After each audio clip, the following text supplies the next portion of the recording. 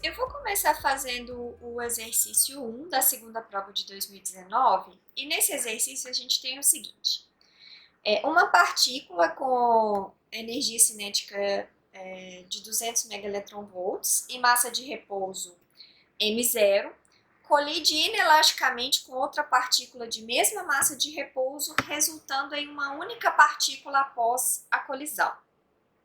De mesma massa em repouso. Essa partícula está em repouso. Tá? E aqui na letra A, o exercício pede para a gente encontrar a razão entre a velocidade inicial da partícula incidente e a velocidade da luz. Tá? Então, para a gente fazer isso,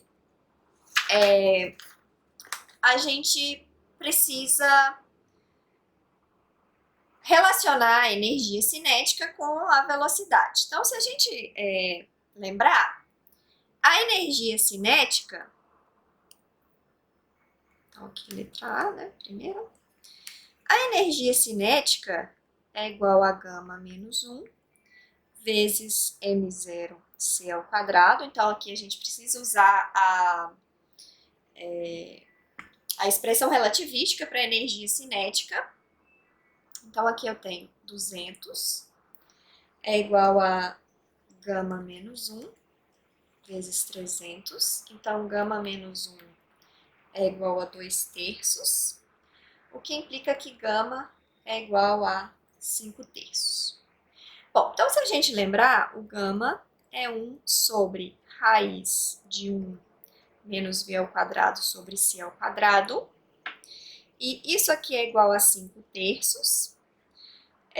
Então, isso significa que 1 sobre 1 menos v ao quadrado sobre c ao quadrado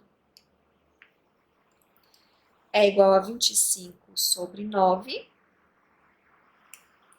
E, portanto, 1 menos v ao quadrado sobre c ao quadrado é igual a 9 sobre 25, o que implica que v ao quadrado sobre c ao quadrado é igual a 25 sobre 25 menos 9 sobre 25, que é 4.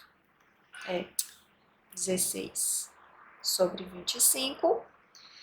E, portanto, v sobre c é igual a 4/5, que é a resposta do exercício. Ok? Então, para a gente resolver a letra A, basta relacionar a energia cinética com o gama, e o gama fornece para a gente o V sobre C, que é o que o exercício pede. Ok. Na letra B, o exercício pede o seguinte: para a gente encontrar a razão entre a velocidade da partícula resultante e a velocidade da luz. Bom, então, aqui a gente tem um problema de colisão, e nesses problemas de colisão, em geral, o que a gente precisa fazer é usar conservação da energia e conservação do momento. Vocês já devem ter feito vários exercícios desse tipo de colisão lá no curso de Física 1, né? A gente sempre usava essas duas leis de conservação para relacionar as quantidades, as grandezas antes da colisão e as grandezas depois da colisão. E agora é exatamente o mesmo raciocínio, só que a gente modificou as relações entre momento e energia, e, portanto, essa análise vai modificar um pouquinho por causa das novas fórmulas para a energia e para o momento que decorrem dos postulados da relatividade. Então, o que a gente vai fazer é basicamente conservação de energia e conservação de momento, mas usando as fórmulas relativísticas para energia e para momento. Ok. Então eu tenho. Vamos falar da conservação de energia primeiro. Então, inicialmente, eu tenho uma partícula com energia cinética e uma outra partícula com a mesma massa, mas em repouso. E no final eu tenho uma única partícula com uma determinada massa. Então, no início eu tenho partícula 1, massa m0 e energia cinética, e uma outra partícula parada, mas com a mesma massa de repouso m0. E no final, eu tenho uma única partícula, m0, e com uma certa energia cinética que eu não sei qual que é. Então, isso aqui eu conheço. E isso aqui eu não conheço. Eu não sei nem qual que é a massa final da partícula, nem qual que é a energia final da partícula. Tá? E isso é a conservação de energia em momento que a gente vai usar para encontrar essas grandezas aqui. Bom, então da conservação de energia, então deixa eu escrever aqui embaixo. Então da conservação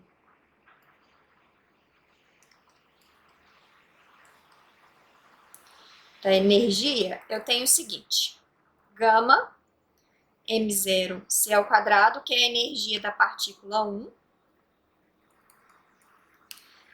mais m0 c ao quadrado, que é a energia da partícula 2, que está em repouso, né?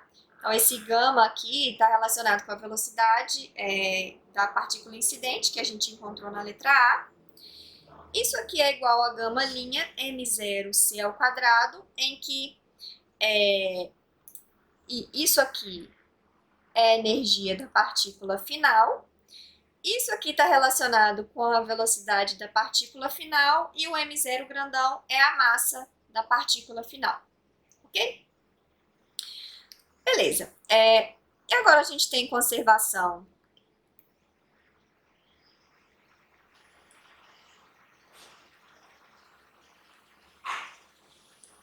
do momento. Se a gente supor que a partícula 1 choca com a partícula 2 e a partícula 1 está se movendo na direção do eixo x, por conservação do momento no eixo y, a partícula final também só vai ter momento no eixo x, então a gente pode tratar o momento aqui como um escalar, lembrando que aqui a gente está tratando essencialmente a componente x, porque a componente y é zero. Então eu tenho que gama m0 v, que é a velocidade da partícula 1, a partícula 2 tem momento igual a zero, porque ela está em repouso. E a energia, o momento da partícula final é gama linha m0 vf. Ok? Beleza. Então agora, lembrando que o exercício na letra B pede a razão entre a velocidade da partícula final e c. Então é isso aqui que a gente quer encontrar, tá? Então eu vou fazer o seguinte. Então eu tenho aqui a equação 1 e a equação 2. A equação 1 vem da conservação de energia e a equação 2 da conservação do momento. Então agora eu vou dividir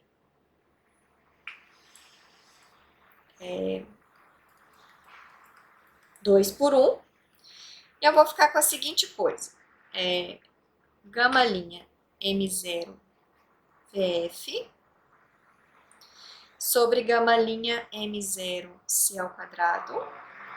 Isso é igual a gama m0 c ao quadrado, gama m0 v sobre gama m0 c ao quadrado mais m0 c ao quadrado.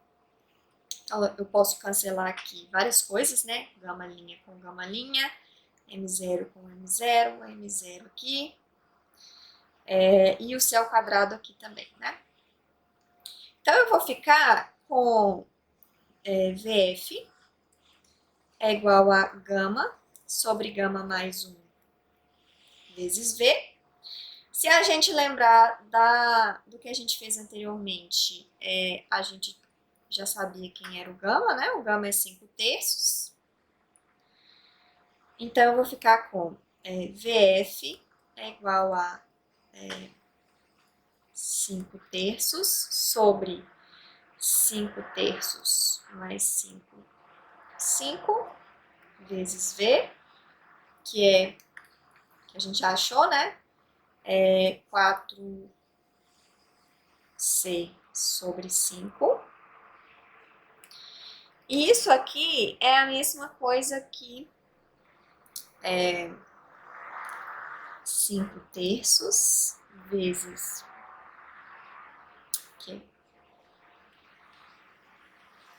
3/3 que eu quero, né? Para poder somar essas frações aqui. Vezes 4c sobre 5, dividido por 8/3. E isso aqui é a mesma coisa aqui. Já posso cortar esses 5 aqui, né? Então, vou ficar com 4c sobre 3, vezes 3 sobre 8, que é igual a c sobre 2. Então, a velocidade final velocidade da partícula no final da colisão dividido por c é igual a meio. E essa é a resposta do exercício, da letra B. Ok. Então, agora vamos lá na letra C. Na letra C, o exercício pede para a gente encontrar a razão entre a massa de repouso da partícula resultante m0 e mzinho zero, né? A massa de repouso das duas partículas iniciais. Então, observem que essa é uma pergunta que nem faria muito sentido falar quando a gente trata essas colisões em mecânica clássica, lá no curso de Física 1, porque lá sempre vale a lei de conservação da massa também. Lei de conservação da energia e lei de conservação da massa são leis de conservação independentes. Então, a massa mzão zero seria 2 vezes mzinho zero. Mas quando a gente está nessas velocidades grandes, em processos que envolvem coisas desse tipo, a gente não pode assumir a lei de conservação da massa independente da conservação da energia, como a gente vai ver aqui. Então, na letra C, eu quero saber a razão entre mzão zero e mzinho zero, ok? Beleza. Então, para a gente encontrar isso aqui, a gente pode usar de novo a lei da conservação da energia, ou a lei de conservação do momento. Tanto faz, porque agora, como a gente sabe a velocidade final, a gente consegue calcular o gama linha, tá? Bom, então vamos usar essa segunda lei aqui, tá? Então, eu preciso calcular esse cara. Então, eu tenho gama m0v igual a gama linha mzão 0 vf. Gama é 5/3 e v é 4c sobre 5. O gama linha é 1 sobre 1 menos vf ao quadrado, que é c ao quadrado sobre 4, dividido por c ao quadrado, vezes m0 vf, que é c sobre 2. Então, aqui eu vou ficar com 4m0 sobre 3. Eu posso cancelar esse 5 e esse c aqui. E isso aqui vai me dar 1 sobre raiz de... Então, c cancela também, né? Eu vou ficar com 1 menos 1/4 vezes m0 sobre 2. Então, eu tenho aqui 1 sobre raiz de 3/4 vezes m0 sobre 2, o que vai me dar 2 sobre raiz de 3 vezes m0 sobre 2, também se cancela, né? Então, no final das contas, se eu passar o mzinho zero dividindo e o raiz de 3 multiplicando, eu fico com mzão zero dividido por mzinho zero igual a 4 raiz de 3 sobre 3. Ok, então, se a gente lembrar qual que é o valor de raiz de 3 aqui, a gente vê que essa coisa é maior do que 2, então a gente vê que não há conservação da massa nesse problema, né? Então, quando a gente precisa levar efeitos relativísticos em consideração, a gente não pode invocar a lei de conservação da massa e a lei de conservação da energia independentemente, né? A lei de conservação da massa e energia, né? Então, é essa coisa aqui. E a gente vê que funciona bem diferente do que acontece na mecânica newtoniana e nos exercícios que a gente faz lá no curso de Física 1.